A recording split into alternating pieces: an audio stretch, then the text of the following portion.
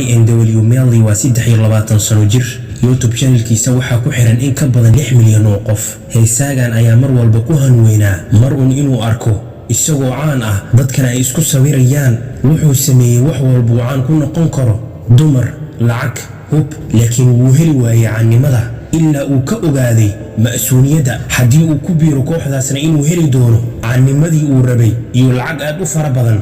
laakiin sida la og yahay ururkaasi mas'uuliyadda la iskama soo galo. wuxuu wataa shuruudo lagu galo oo iyaga qaas u ah.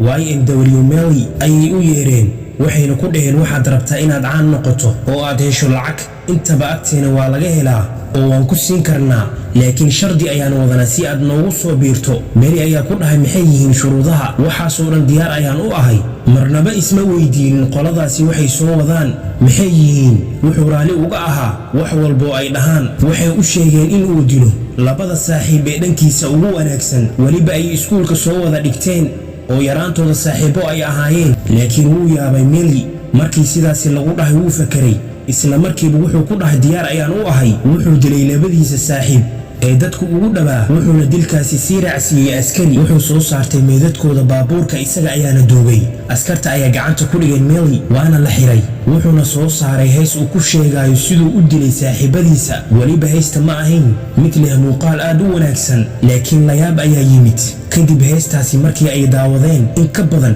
500 milyan oo qof. dilaa saaxiibadiisa iyo mid askari dilay ayaa xabsiga heesaha ka soo qaadayo, taasoo cadeen u ah Mareykanka inay xukumaan kooxaha qarsoon sida Illuminatiga iyo mas'uuliyadda. Melly ugu dambeyn inuu caan noqdo wuxuu u dilay labadiisa saaxiib. ilaa hadda waqtigan la joogo isagoo xabsiga ku xiran ayuu albumo heeso ah soo saaraa. sidee u aragtiin qisada Melly?